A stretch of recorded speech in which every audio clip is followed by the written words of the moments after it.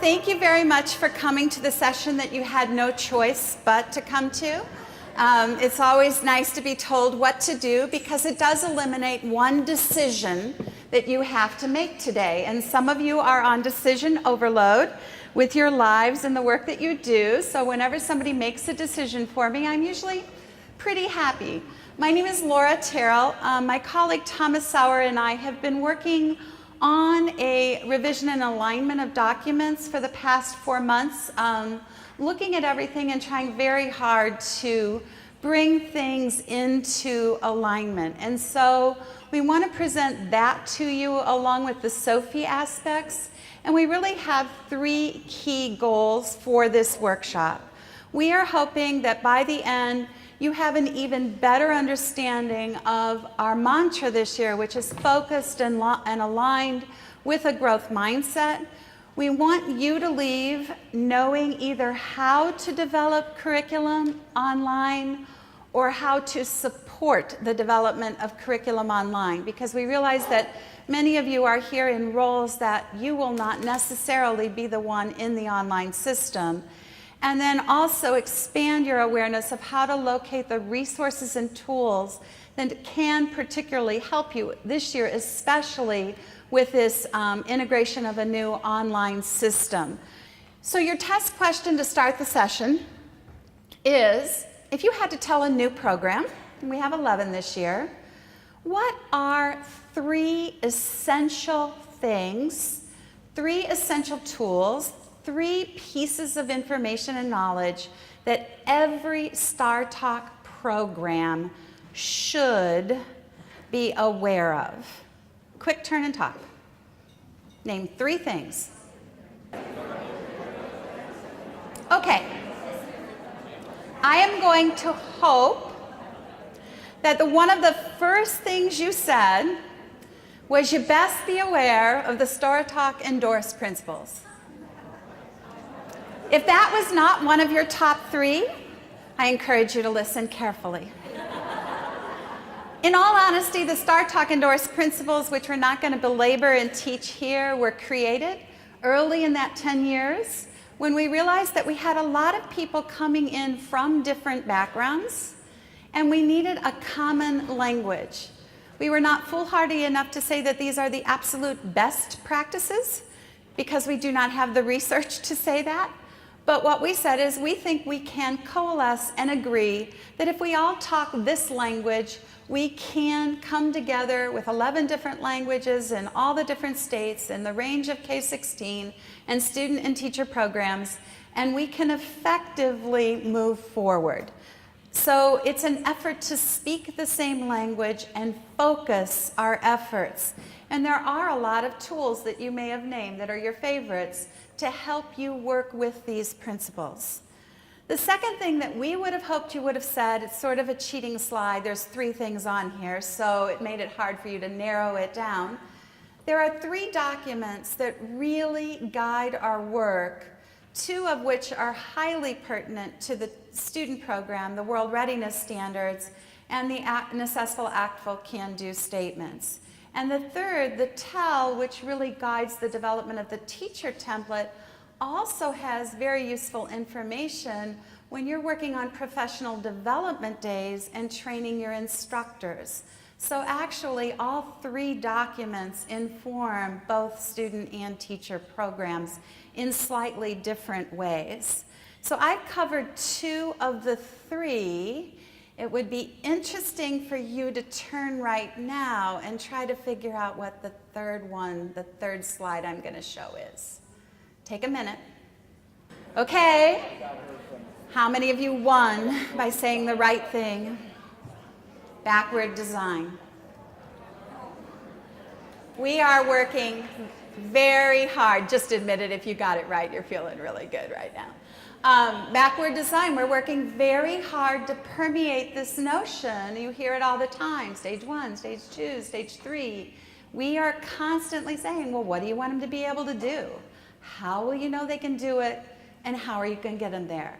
And now with the realignment of documents, we have really permeated those documents with stage 1, stage 2, and stage 3 in each and every one of our documents. So we're hoping that this morning we can make that clear to you, that while Betsy kept saying there are no new documents, I was cringing just a little because one of them does have a rather new look to it, but we'll talk about that in detail and you'll feel comfortable with that. So, okay, so then why has it still felt a little, okay, scattered? These documents are out there, and we struggled with it. We knew because we have team leaders that are program directors, so we always get feedback from both in that small group. We knew that it still was feeling slightly disconnected. Slightly like, I'm pulling out my hair. What am I supposed to do next? What's the purpose of this document? What's going on? I thought I gave them that. I think I did it already. Why is this happening? And so if you're getting questions like that as a team leader, you know that there's still work to be done, that just naming the key materials, the key organizing principles, the documents was not quite enough, that we needed to go further, that something needed to happen so that we felt like we were truly in alignment. And that really has been the work of Startalk this year, to try to get us to a point where we are in a position of agreement or alliance, not just the other definition, the route or course of a road or a railroad or arrangement in a straight line. It's not enough for them to be arrangement in a straight line. It has to be this position of agreement or alliance. And so trying to make that happen, trying to bring that from program proposal, which many of you saw was different, and it actually does, stage 1, stage 2, stage 3, whether you were aware of it or not, into the curriculum template, which I'm very happy to tell you there are no content changes at all in student, and into the new document, slightly revised from lesson plans to learning plans, which we'll touch on this morning, but do more with this afternoon, and into the site visit report, and into the final report, creating this notion that we really are focused and aligned and growing. And when you complete that very final report, some of the questions in there are now in the proposal. So when you write your final report, you can go and capture that answer, and you've started on your 2017 proposal. And that's hopefully going to reduce the sense of, why am I writing this here? Now this morning, Pam and Betsy both introduced the 3 key words of focused, aligned, and growth. And why? Why do we want this? We want this because we're creating teachers and students who have to function in a very connected world. So again, focused on that evidence of learning, not compliance, learning. And so if ever you felt, I'm filling this out because I have to, you're still entitled to that deep-held belief, because you do. You can't have the money unless you do it. But what we would like you to do is also create and take a mental shift to these documents have been designed to focus on learning, that they are aligned to allow you to put more time on learning and less time feeling like you're cutting, copying, and pasting and saying the same thing multiple times. And that the intent is growth. Growth in recognition that we in this room all have the same mission. We want these students to be out there in the current world, in the real world, in their futures, actively engaged using the languages, but even if they don't reach a high level of mastery of language, being culturally astute in how to function with minimal language skills. But in recognition of growth of the conference, and because you've been sitting too much all morning, would all of you who are in your first year, truly first year, we had false beginners yesterday, you don't count. First year, please stand up. Quick, this is gonna go really quickly. Give them a round of a hand. Look at their faces. If they're crying in the hallway at some point, help them out. Now we're going to do this very quickly. You're going to be like popcorn people. Those of you that are in year 2, please stand. Year 2? Year 3, please stand. Year 3, come on, everybody get up. You're supposed to move every 5 minutes anyway. Year 4. Year 5. Year 6. Now, no fair standing slower. You're making it look like it's an ordeal, okay? Year 7. Year 8. Year 9. And year 10. Year 10, stay standing. Look at those faces closely. Year 10, stand back up. I wasn't finished with you yet. Year 10, stand back up. You have experts in the room. Look at them closely. Ask, learn from all of you. Everybody stand up and give yourselves a round of applause. Everybody up.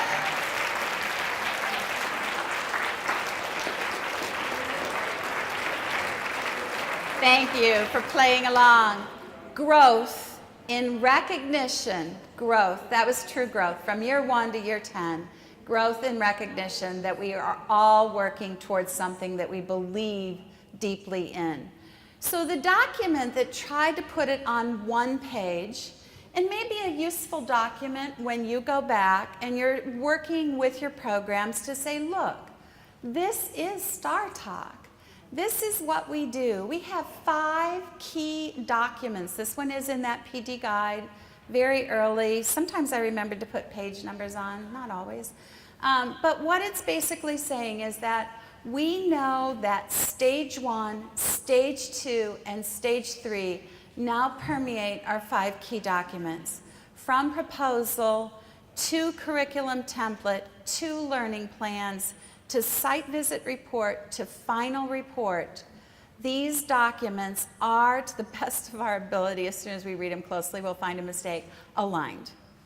So if you're thinking about that, in the proposal, we are asking you to describe the evidence that you will collect. This is the stage 2 question.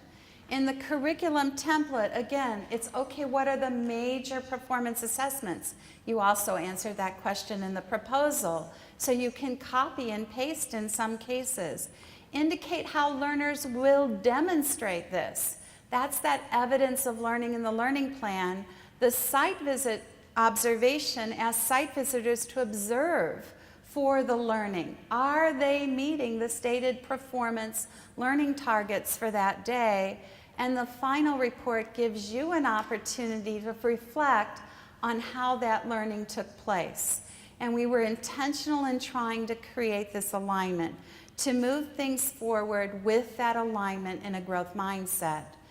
The program proposal was first. In the program proposal, we're asking you to envision success. How are you going to meet this big goal of increasing capacity in critical need languages? And there is a question in the curriculum template in the proposal that says specifically in stage 1, give us this overview. What are your goals? And in stage 2, what is your theme? What is your overview? How are you going to make this happen? And now with Sophie, here's where your life is going to start to get just a little bit easier. There is a hyperlink tab to your proposal response. We didn't copy and paste your proposal response in because when we looked at these, we knew some of you would want to tweak them. But you can literally open your proposal and it will take you directly to the question that is most connected to the question in the curriculum template. And if you liked your answer in the proposal and it works, you can copy and paste it into the template. It's right there in the system. So in that effort to really try to move this forward, The proposal was step 1. Now we know we've got a little work to go back and do on the proposal. That was version 1. We're going to have to go and correct some of the little tweaks and things, but we'll do that. I'm sure we will. What we're working on now is this planning for implementation piece. What can we do to make the template actually easier? And before I even go any further, I'm just going to tell you that I was a skeptic and I'm a convert. So I just want you to know that I believe this is really a good advancement for us. But we wanted to also step back and say, well, why do we do a curriculum template? What is the purpose of a curriculum template? Why do we make you do all this work? Well, the curriculum template is a bridge between the proposal and the day-to-day. So it actually is asking you to connect the learning goals and the performance tasks and the targets and the experiences. It supports that backward design piece for instructional planning. It's very deliberate in asking you to go through stage 1, stage 2, stage 3. None of that has changed. It gives us a common language when we're working not just with our own programs and the stakeholders there, but also when we're sharing templates across the broader community. Because when you look at one, you're looking at the same pattern of information. And finally, it is the piece that drives the site visit, which makes the collaboration between team leader and program so critical. Because if you have agreed on the template, you're well on your way to successful implementation. Now, I say that as a veteran of 30 years in curriculum and teaching, and I know that there's a huge transfer from what is written to what is taught. So I'm not going to minimize all the effort that goes into preparing instructors to then deliver the written curriculum. That is a big deal. Now, to say that, we've asked you to do this. We've had different documents. We have different tools up. But some of those are dated, and they wouldn't necessarily match the current versions. So Startalk Central has created a new curriculum resource landing page. You can worry about that URL at the bottom, but when you open the template, you can hyperlink to it. So it could take you right to it. If you've been on the main page of Startalk in the last month since we put up the overview documents and you've clicked on them, then you've seen this page. This page has 3 key things. It has an overview document. So if you're trying to work and you don't want to be online, the overview document lets you work without having to be actually in the online template. You can start crafting your answers offline if you prefer to. You know, systems crash, things like that. You're tired, it's night, you're on a plane that you were hoping that plane had Wi-Fi, but it doesn't. It always works. We also have a companion guide, and the companion guide is a sample template. So for those of you that are filling out a template and you want a working model, we will be the first to tell you that we used one of the model curricula. We used My World in the World of Milan. That is not a perfect curriculum. As a matter of fact, the team leaders did an activity yesterday saying, if this were a veteran program in year 4, what would you suggest to improve this? And the reason it doesn't read as a perfect one is because at the top of the model curricula, they say you have to adapt these for your language and situation. So they are generic ideas, but it does show you what answers look like in the template. And the third piece that is new for this year, and I would like you to grab a copy on your table, there should be an FAQ. It has a screenshot. And if there's not enough at your table or you can't find one, we have people on the side. Just raise your hand and wave. And we probably have a couple of extras, and we'll have those available at the back of the room as you leave in case you have a colleague in the student in the teacher room that would want one. But they're the same. Okay? Keep waving. They'll get them to you. So that FAQ is also on the landing page. And we see that as an ongoing document that we will continue to add questions to and add answers. And that's why earlier we put up that link for the Google Doc where you could put your answers in. This is what your landing page now looks like. So you can see that you can go there, you can get to all of the 3 pieces that I just mentioned, the companion guide, the overview, and an FAQ, which shows you how to fill it out. Now, how many people in the room are technophobes? You just don't like the idea of technology? You don't have a smartphone yet? Okay, so the first page of the FAQ may be striking fear into your heart. So my job in the next few minutes is to alleviate all fears with regard to technology. So let's get started. I'm going to do that in 5 minutes or less, no problem. This one might be the one that's the hardest to stomach. The curriculum template must be completed online. Your team leaders have been told that under no circumstances should they give you feedback on written copies. All feedback is to be completed online. If your team leader is already giving you feedback on written copies, they didn't hear the message until yesterday, so they may be saying to you, okay, now the online system is open, the conference has happened, take it, put it in the online, and let's start doing it back and forth. And the advantages are numerous for doing this. The approval process will be done online. There is no more need to pass a checklist to you at the end. You will not have to send version 1, 2, 3, 4, 5, 6, 7, 8, 9 via email. All changes will be in the system. All comments will be in the system. You won't have to go back and look for that email that came in a day ago. All of that should be much easier. I, as a team leader, can open this document, open the comment field, type my comments in, and you can see them. If you've ever been frustrated by a team leader trying to change your language on your document, we can't do that anymore. The online system no longer allows us to type in your template. It is your template. We can make comments, but any changes will have to be made by you. So I think that's going to keep it cleaner for all of us. And maybe the most important one is that both the program director and lead instructor will have access to the online system, so that we realize that many program directors are not the ones developing curriculum. Betsy and Startalk Central made the point last year and have been reiterating it. You are not allowed to contract out the writing of your curriculum. So this is also going to make it almost impossible to have a third-party curriculum developer. That may have been intentional. I didn't design that in, but that could have been on purpose. How many of you like Amazon?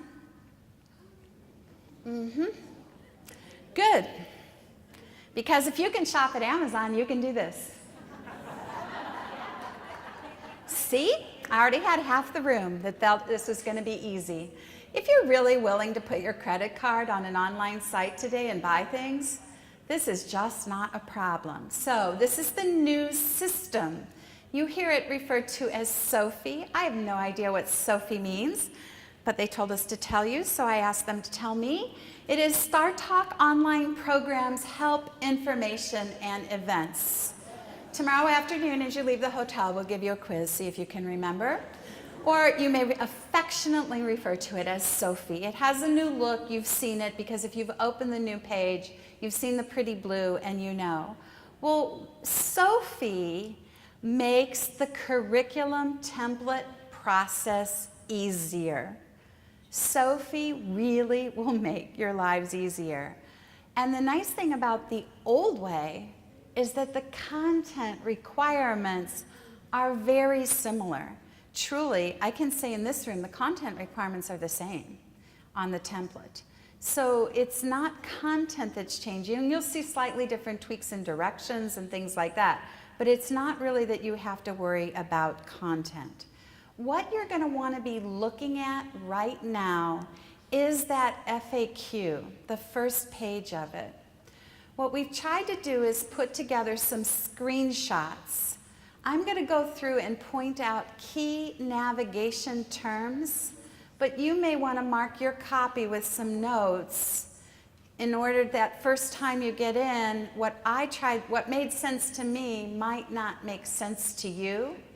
But this is what I want to tell you. I am somewhere in that generation in between absolute technophobe, although I'm close to that one, and just give me something new and I'll click anything and it'll work. So it was intuitive to me. They put Thomas Sauer, and if you know him, he is that click anything and it will work person. And then they put me in there to say, if you can do it, Laura, then everybody can do it. So it's simple. You log into Sophie, you use your email and password. If you have not logged into the new system, I almost hesitate to tell you to do that right now. That would be a bunch of people hitting it at once.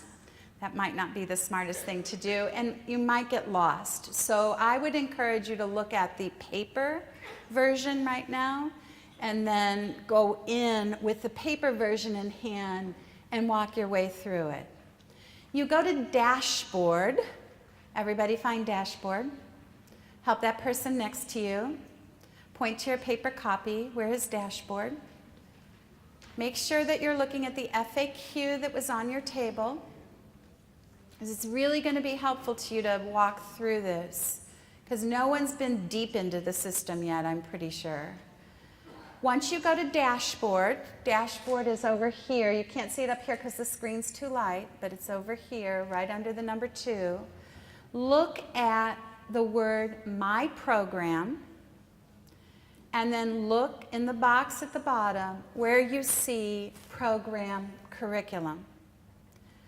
When you click on Program Curriculum, your program becomes visible to you. You and your lead instructor can get to that information. In the past, your team leader had to create your curriculum document. They had to actually have a field created. All you do to get started is click Add and give your template a title. That's all you have to do. Click Add, a field pops up and it says Title. Type in something that is meaningful to you, particularly if you know you have a Chinese and Arabic program and you're going to have 2 templates. You need to mark it clearly so that when you're going in and working, you know which one you're working on. So don't just title it Novice, Novice if one's Arabic and one's Chinese, or you're going to drive yourself crazy. I mean, you could go back and change it, but you don't want to have to do that. There's one other critical feature that I want you to notice that you might not need right away, but there is a button that says Print.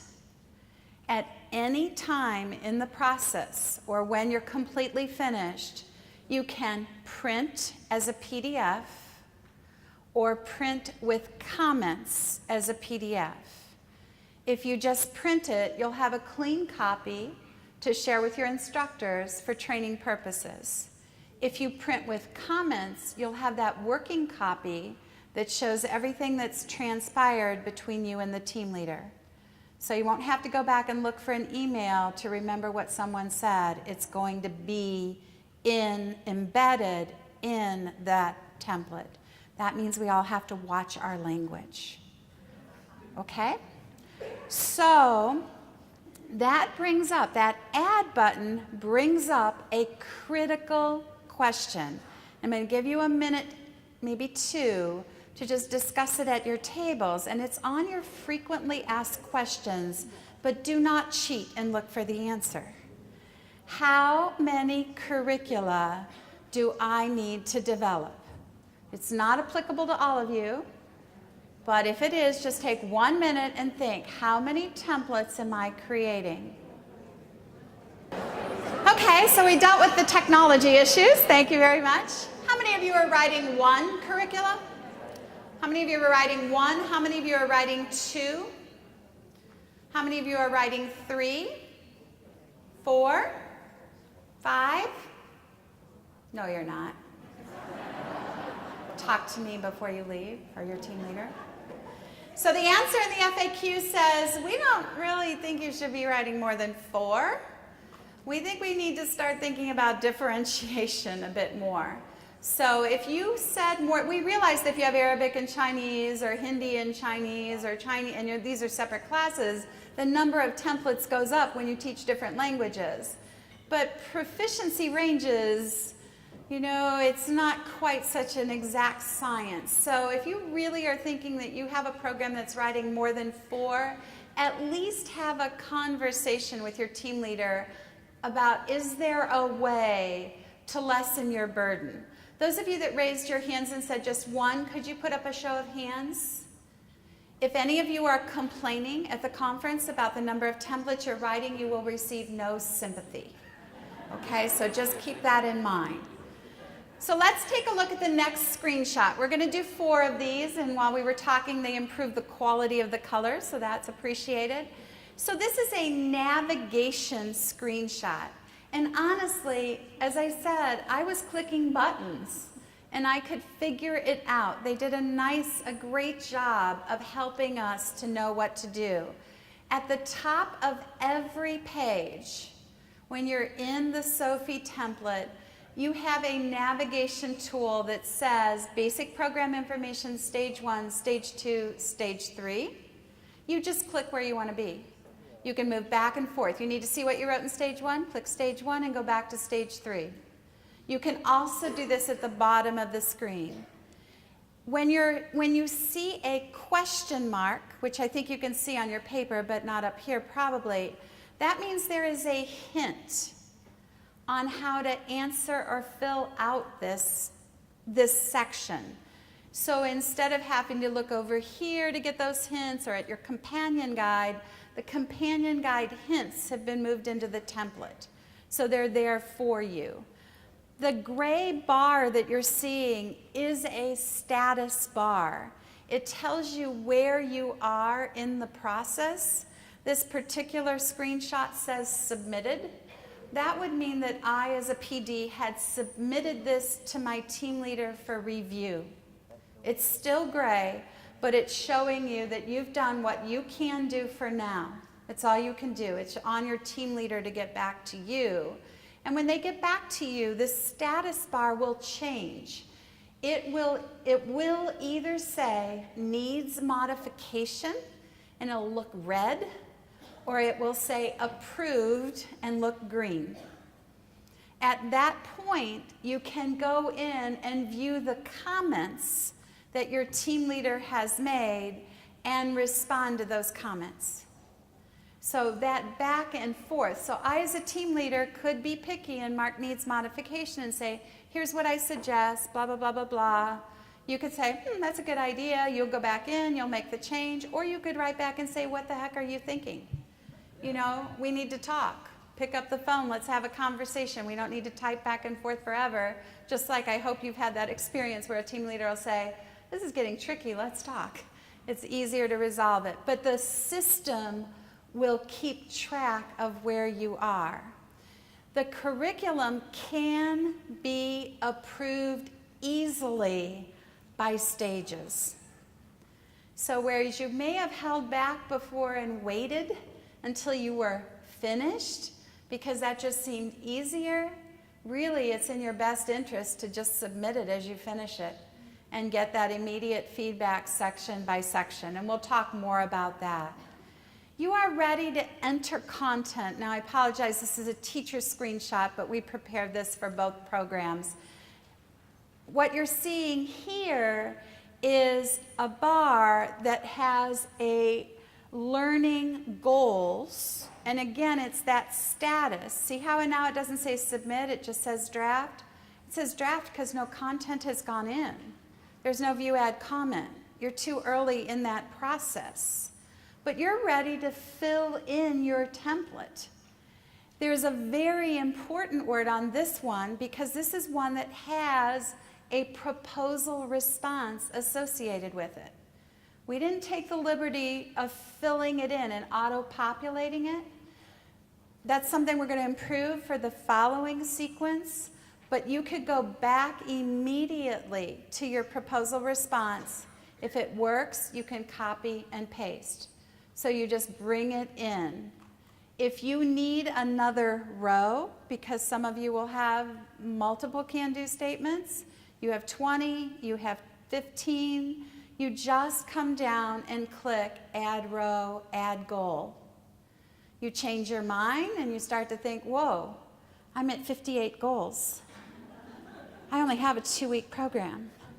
Then over to the other side, you can see the minus bar that lets you come back to reality and get rid of them. So if you decide when you get further down and all of a sudden you're thinking, on day 1 I'll do this, and on day 2 I'll do this, and on day 3 I'll do this, wait a minute, I've got 8 more days and I don't have any more days in my program.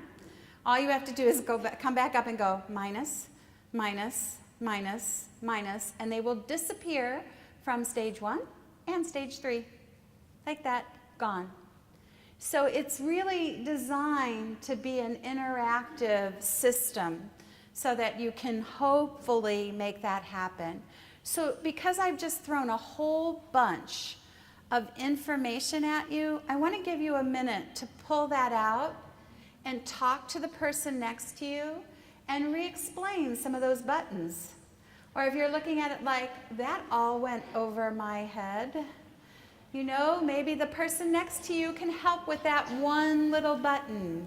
So I'm going to give you 3 minutes here to just process. If you would like to stand up to process, please do so.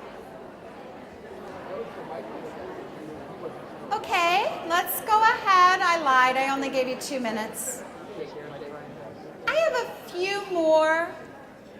Thank you for quieting. That's really nice. I have a few more screenshots, and then I'm going to pause and go back to that link where you can write questions in the document. So if you were coming up with some questions that weren't getting answered, I'll bring you back to that document where you could type them in just a couple of minutes. Now let's go in. You're in the system, you've added your curriculum, you're ready to write. The first page you see is a basic program information page, and everything on that page will auto-populate from your proposal, with the exception of number of days and hours. And I think that one is also auto-populating, but you can edit it. Because in some cases, you wrote in your proposal one thing at the top and something else in the narrative. And so there were times when we knew we had to clarify that. So it gives you that opportunity to change if you need to. What basically I have to tell you about this page is if something is wrong, contact Startalk Central. Other than days and hours, you can't edit it. So they're going to have to edit it for you because this is what you told us in the proposal. And so it's a change in proposal, and a change in proposal requires Startalk approval. So basically, your status bar that you're seeing over here is telling you that you are working in the basic program information, and it's a draft. And when you're ready, you will click down and you will submit it. So it's done. It goes really fast since everything's done for you. Now you're into the heart of the template, and we are going to take a couple of minutes just to explain content here also, because as we've been updating our processes, we want to make sure that we're all using the same terminology the same way. So a little bit of online Sophie and a little bit of a content discussion for a couple of minutes. The very first thing, and this has been very confusing for many of us, is the screen that asks you to pick the proficiency target and the performance target. And that has caused confusion. So in a 2-minute explanation, we'll see if we can sort it out. And as I said to people the other day, we don't always agree in Startalk, but we have the Startalk way. So you're taking in and endorsing our way. So if you want to yell at me later. When I think of proficiency and performance, and when Donna and I wrote Keys, we really wrestled with this. Proficiency is what is happening out there in the real world. I'm pretty good I'm not a Spanish speaker, I was a French teacher, but I'm okay in Spanish. When I lived in Puerto Rico, I got to where I could handle shopping pretty well, much to my husband's consternation. But I practiced that a lot. So I got good at that. I even went into my private Spanish lessons that the business provided for the hardship duty that I was suffering, and had her help me with that vocabulary. I had her help me with supermarket vocabulary. I had her help me learn to say the things that I really needed to live in Puerto Rico. It was performance. I was comfortable. The day the guy with the machete showed up at my front door, no, that's a true story, I was in proficiency mode, and I didn't do well. I did let him in. But basically, the proficiency of a learner is always lower than the performance.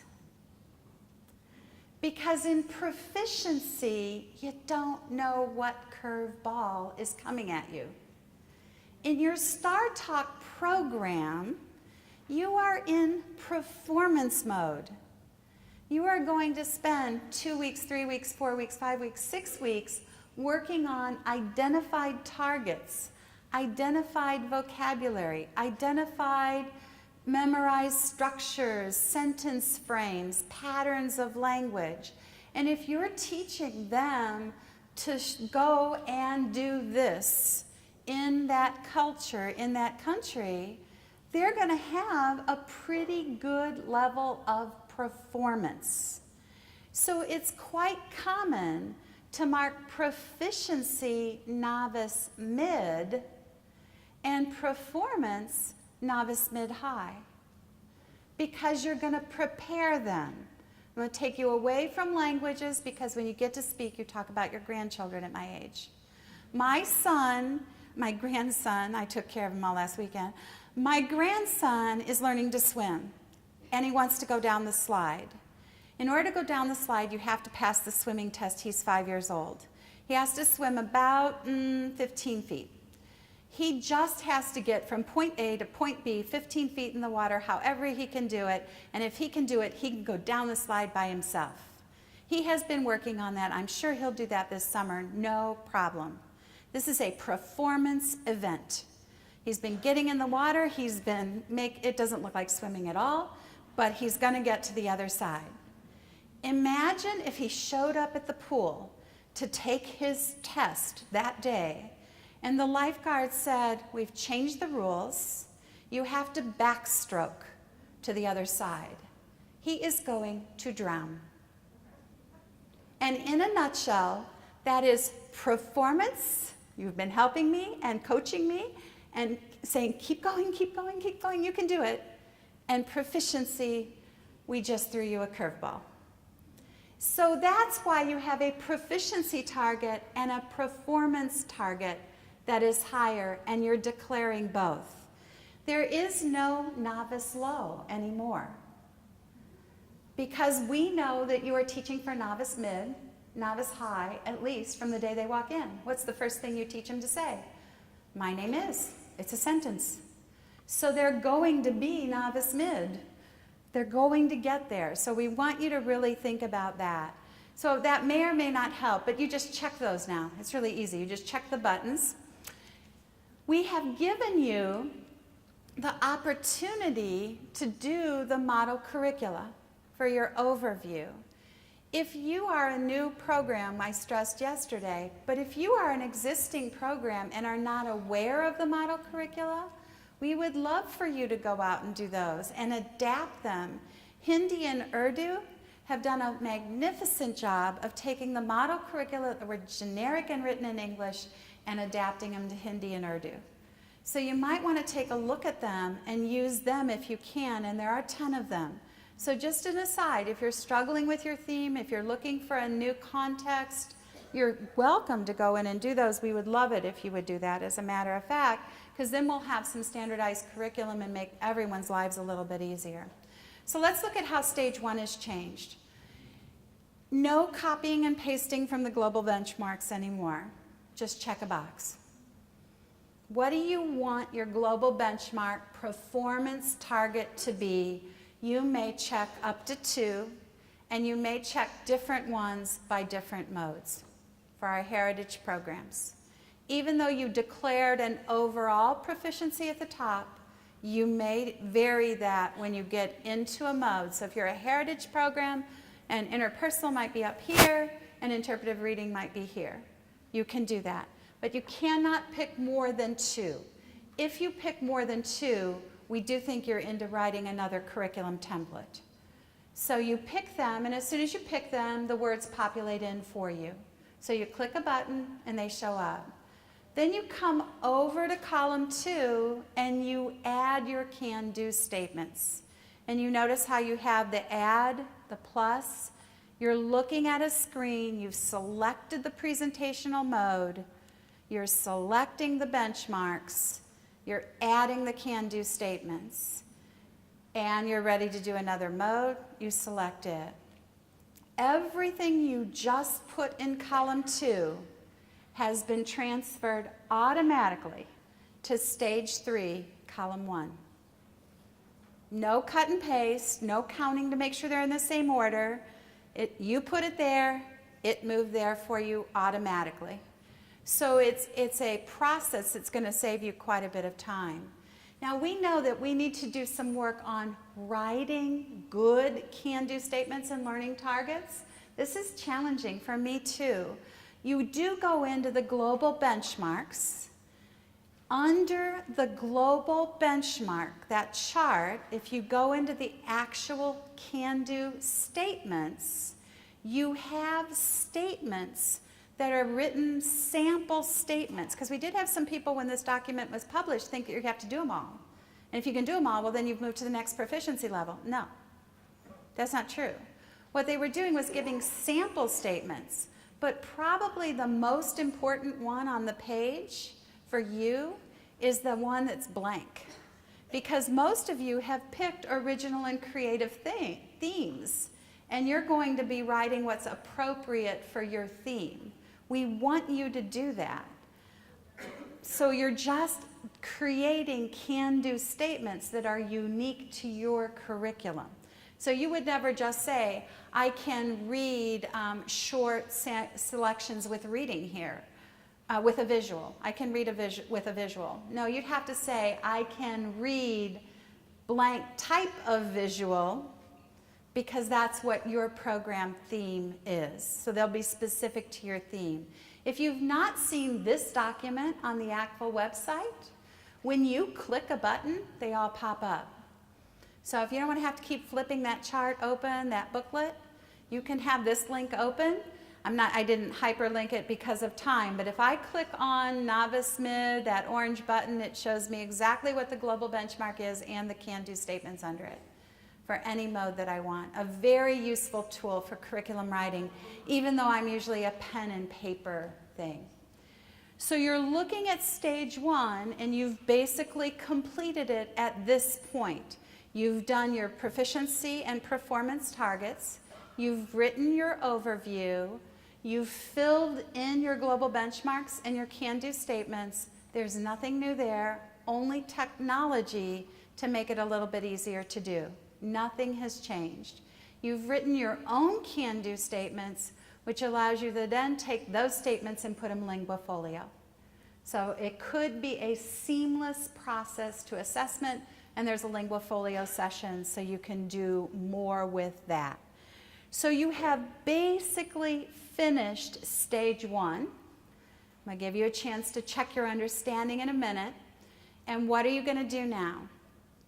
You look at the bottom of the line. This is your navigation bar at the bottom. You have one at the top to move back and forth in the template, but the one at the bottom is the one that communicates with your team leader. So you have the option at any time to save your work. And actually, if you try to close this without saving it, a little warning will come up and say, did you mean to close this without saving your work? Because it is not an autosave. So but it prompts you for the save. You have the option to save it without submitting it, or you can click Submit this stage for review. When you click Submit this stage for review, basically you are locking it. You cannot go back in and work on it until your team leader comments. Because otherwise it could get real messy. You could be making changes while I'm trying to review it. So we gotta lock the stage. So do not click Submit until you're ready. Or if you accidentally do it, email Peggy, your team leader, and say, Peggy, please go in and type anything so I can get back in. I didn't mean to submit that to you. Now here's where the technology breaks down. There is no automatic notification in the system to me as your team leader that you're wanting me to review it. You have got to email me this year and say, Laura, get working. It's ready for review. And so when I get that from you, I'll know to go in. We talked to the team leaders yesterday about the necessity of watching. We can see on one page who's ready for review. And we have to email you back and say, okay, it's ready for you to look at. That is an envisioned improvement for 2017. I think as a technology person who doesn't understand anything that should have been a piece of cake, but apparently that is actually quite sophisticated programming. So now you have finished stage 1. I'm going to give you 2 minutes just to turn and talk. What did you hear? What is worrying you? Or is it feeling okay? Take a minute, talk about it. Okay. Let's keep going. So the one thing, and remember, I'm going to show you that URL again for questions, but the one thing someone walked up and said, the handout does not match the actual site. No. The 4 screenshots are to show you what all of the buttons mean. We did not screenshot every single screen. We only created screenshots to show you what navigation buttons mean. So every screen will look a little different, but when you see View, Add, Comment, it always is consistent. When you see a question mark, it's consistent. When you see Submit, it's consistent. When you see Add Row, Add Goal, Subtract Row, Subtract Goal, consistent. So we're just trying to give you what the buttons mean on the 4 shots that you have. When you actually go in, if you're looking at it and it says, well, I can't remember what this question mark means, you could look and you'll get an explanation of what a question mark means. But honestly, once you're in, I don't think this is going to be an issue because I know how I approach technology. And once I got in and started clicking, it was intuitive. So I have great faith in all of you. If you can run a summer Startalk program, you can do this, especially if you run one for elementary students. Now you are at the stage because remember, you just clicked Submit. You are asking for feedback, whether you want it or not. So you have sent a message to your team leader. Remember, warning, you must email your team leader. You just sent that email and said, please, I'm ready for your feedback. I go in, and as a team leader, I open up a screen. I've read your answer, and I have a box that allows me to click, add comments, and review this. And when I review it, I have 2 options. I can approve it and write you a nice comment and say, thank you for your good thinking on this, you're good to go, keep working. Or I can say, you know, have you considered, you might want to think about this. But you're seeing that the comment is coming from TL, team leader. So it's my comment in the box. When you get it back, if you want to comment, you'll do the same thing. You'll open your box, but it'll say PD, or it'll say LI for lead instructor. We know who's writing the comment. So for those of you that can do both, if you want to write one and your lead instructor want to comment in there where you can read each other's, you would be able to do that. And you save it, and once I save it, I send an email that says, okay, go back in. You don't have to wait for my email. You might see that it just pops up and it says approved, and you'll know I've been in if you happen to be working. Because you submitted stage 1, you can still be working in stage 2 and 3. You just can't be working in stage 1. So that's why we're saying when you think you're finished with stage 1, please submit it. It's to everyone's advantage to do this as you develop rather than waiting till the end, because you're auto-populating, so you might want to make changes right then. Within the proposal, for the first time, within the template, we embedded the review questions. So you can click and see how the team leader is thinking when they're reading your answer. We've always had that document separate. You would have had to go find it, pull it out, be looking at it, but now you can just click it open and see what are the review questions that your team leader is using in order to do that. So it really is that kind of seamless system that we're hoping. And what happens is I send something to you, you send something back to me, and here is our email within the system. So while we're doing this, we're staying within the template, we're going back and forth. Unfortunately, the only emails that will alert you that you have to work within the system. And that can be solved for 2017. That'll be version 2. So it just takes more time. So you have a question popping up. You have a question about proficiency and performance. You remember that some strange person stood in front of you and told some stories about that, but that doesn't resonate and it didn't stick. So you pull out your FAQ and the Startalk answer is there. I'm not going to say that's the professional world language community answer. I'm going to say that's the way Startalk is framing it. Do not look for the answer. This is a test question. Talk at your tables. What was the difference between proficiency and performance? Then I will show you the correct answer. Take a minute. Okay, and the correct answer is, I'm not even going to read it to you because it's in the FAQ. It's in the FAQ. Now, if you look at that FAQ for a minute, let me show you how it's organized. So if you will go back to that paper copy for a second. First, on top, we put the screenshots because as you get started, we thought you'll want screenshots as you open up the system. Then we put technical questions, like, who do I call when I can't figure this out? I would like to tell all of you that you could email me, but I don't think I really want to do that. But if you're desperate at midnight, I might be the only one answering.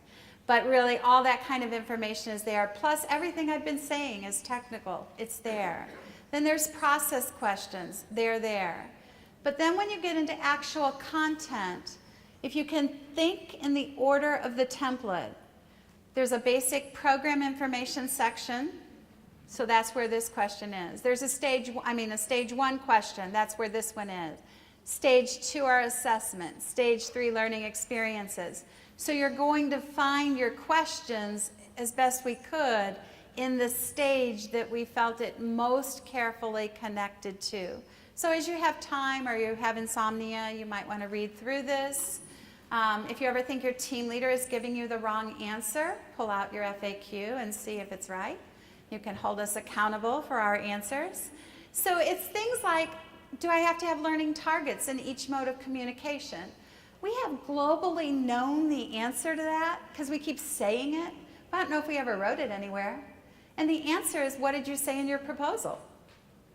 If your proposal was funded and you didn't get something from Startalk asking you to amend or revise a proposal, and you just have the babies, K1, and you said, you know, we're not working on presentational speaking or writing, we only have kindergarten and first grade.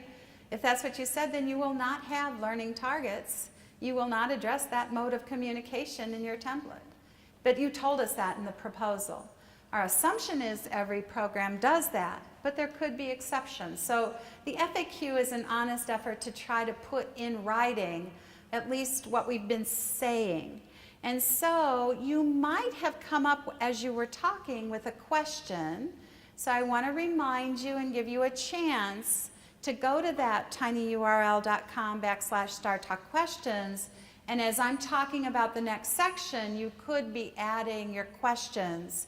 We're going to do our best to get those answers to you very early next week. So, stage 2, 100% identical. Absolutely no change, piece of cake. Oh yeah, there's a change. It went from horizontal alignment to vertical. Yeah, because vertical is easier in an online platform.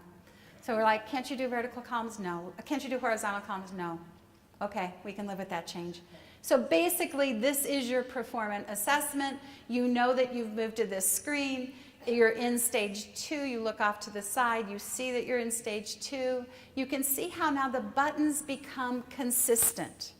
At the bottom, save or submit, or I just want to see what's next and keep working. The buttons become consistent, and that's where it starts to get really easy. And that's why those 4 screenshots are not every single screen. That would have just been like overkill and really burned you out. So you fill in your assessments, and you can click submit.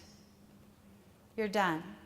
Now, that's really important, and we're really stressing this, because what we've known and been saying now for probably 4 years is that if stage 1 and stage 2 are done well and correctly, I hate to put in quotes, and you've gotten your feedback and you've modified stage 1 and stage 2, and you and your team leader are on the same page, stage 3 is a piece of cake. Well, it's easier. But it's going to be a disaster if stage 1 is slightly off and then stage 2 is off a little bit more, and you've already done stage 3, because you're going to get advice from your team leader to go back up and start on stage 1 again. And you can save yourself all that grief by submitting in stages. So this is the year, if you haven't really embraced that yet, this is the year where technology actually means you don't have to be sending all these extra emails. You basically have the same questions embedded, the same concept of stage 1 and stage 2. We actually debated locking the program at this stage, so you couldn't go on. But there are all kinds of technical issues with that. But that's how strongly Startalk Central felt about you submitting stage 1 and stage 2 before proceeding to stage 3. That doesn't mean you can't be drafting in stage 3, looking ahead, thinking about what goes in there, but get those quick approvals from your team leader and then really move into it. Stage 3, no changes. No changes in content at all. But the biggest change for you is that far right column where you had to copy and paste by row is auto-populated and filled in.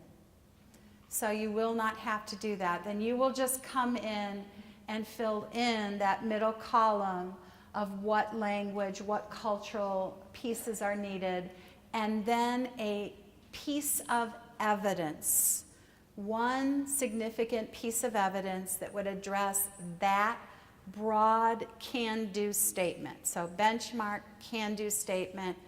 What broad piece of evidence are you going to hope to do to address that broad can-do statement?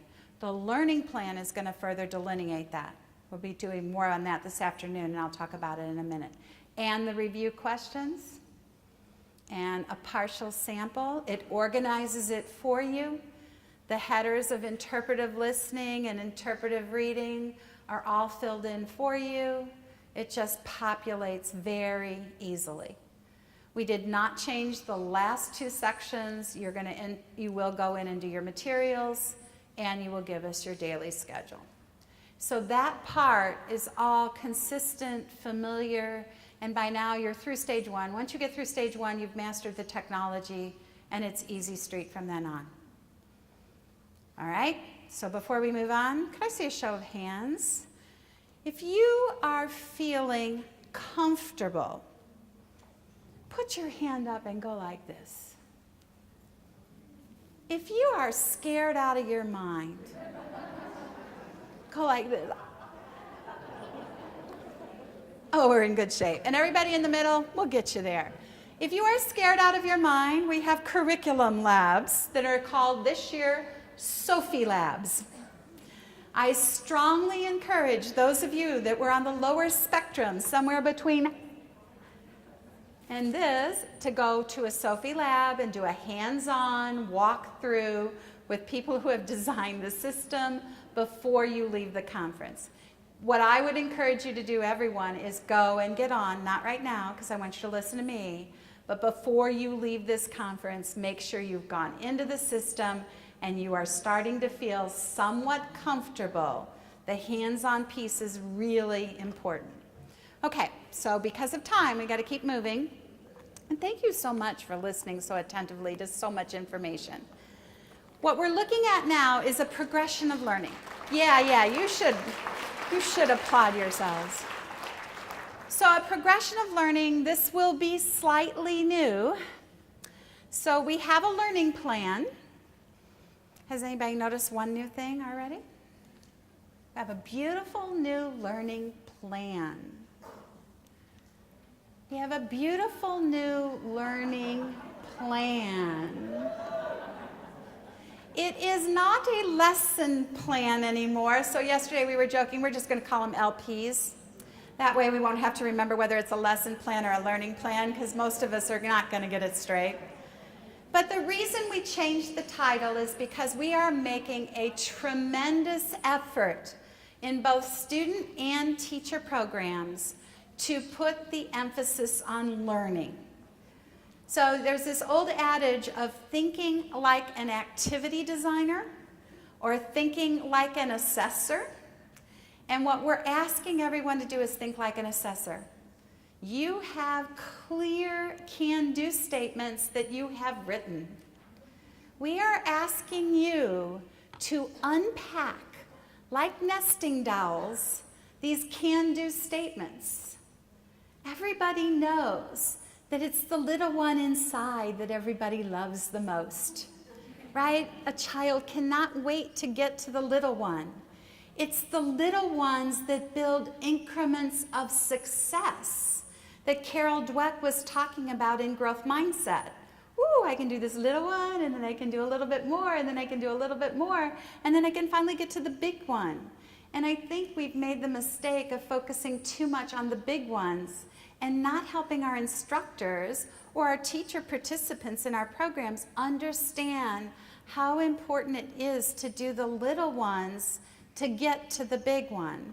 So just to help give you a visual, the big doll, the biggest one, is the global benchmark. That's the novice mid, novice high, intermediate low. The can-do statements are a smaller size doll, but they're still critical. That doll is those are kind of flimsy wood, some of them. Without those little dolls in there, they're going to break more easily when children are playing with them. And then the learning targets that you're going to hear so much about this afternoon are the small pieces that you're going to be writing in your learning plan. And so that's why we actually require this workshop, because hopefully you can see the amount of content. But we are also requiring the learning plan session this afternoon. And I had the easy one because I got you in the morning. But you do have to go to this required one at 3:45. And we're going to make those smaller with many team leaders presenting so that you have more opportunities for questions this afternoon also. So please put that on your calendar. Do not go look for shopping places until after the reception. Then stores will still be open if that's your mindset. So now we're at the site visit. I don't know why we cannot convince you that we are not there to judge you. I know that when some stranger, so to speak, comes in, there's that horrible sense of evaluation, but we are there to provide feedback. I cannot stress to you enough how much I have learned from you on site visits. This is meant to be a shared learning experience. You know things I don't know, and I may know a few things you don't know, And because we come together for the site visit, we are going to share our expertise and learn from each other. So the site visit, Betsy alluded to it this morning, has 3 parts. We are getting rid of the ratings. We are not going to tell you how we rate you anymore. It might feel a little unfair because we're still going to tell Startalk Central. But the reason we tell Startalk Central, the only way we've ever used those ratings is to plan sessions and materials. So when we created the video and the at-a-glance on learner-centered classroom, we were responding to the fact that our programs were struggling with learner-centered classroom. So we still need that data so that we can plan development and materials and products for your programs. We've never looked at that to say, oh, that Rutgers, they don't know what they're doing. Who has time to analyze it to that point? We have just been looking for global data, so it is going to be global data only. But it is a look for in the sense, just like a walkthrough in some of the classrooms you all do, those are look-fors. We're looking for evidence. We're looking for evidence. So you know what we're coming to look for. If there's a problem, it would be surfaced in the narrative. If there's something that's amazing, instead of checking agree, which isn't very much of a compliment when you think about it, we're going to write it up as what is working well. And that gets read and processed in a lot of different ways, and that is attached to your program. So the narrative questions will become the focal point of the report. There are also, this is going to be online also, and you will have a chance to comment or to mark, I don't need to comment. You don't have to comment, you're busy. But if you want to react to the site visit report, you will always still have that opportunity to say, yeah, I really don't agree with her. This is what she didn't see. This is what she did not observe. This is what he failed to notice. But remember, when we come in, we should really already be on the same page, because a good dialogue about the curriculum template should make for a really good site visit. So if you're thinking of evaluation, try to lighten that feeling and let us try to make it a growth experience for both of us. The final report is pretty easy. The final report, I don't have to do any work for. That's why I think of it as easy. You all have to do the final report. It is a requirement. But when I looked at it from a redesign standpoint, I never have looked at a final report before. I've never filled one out. My sympathy level for all of you went way up. There were so many questions and so many redundant questions. Like, you must have felt like you were saying the same thing over and over and over again. The questions, I believe it's 10 questions now, provide a summary of the program. So it's just very linear, very much reflecting back on each step of the program. Each step of the program is looked at, but it's about 10 questions now. So at the end of the summer, we do encourage you to do your final report close to completion of your program, because we know that all of you are so busy that as soon as the program ends, then you go do all the emails that have accumulated over the past 3 weeks, and by the time you do all the emails that have accumulated over the past 3 weeks, you don't remember the program anymore. So since some of the final questions are embedded in the proposal, doing them early and thinking about them as possible answers to the proposal, it would behoove you to do it as early as you can in connection to that. So that pretty much takes us through our linear alignment, with a couple of hints at the end and then some time. I wanted to allow some time for you to type in questions. I can take a couple questions from the room. Send your template in stages to your team leader. Raise your right hand. Raise your right hand. Turn to the person next to you and say, I will send my template in stages to my team leader.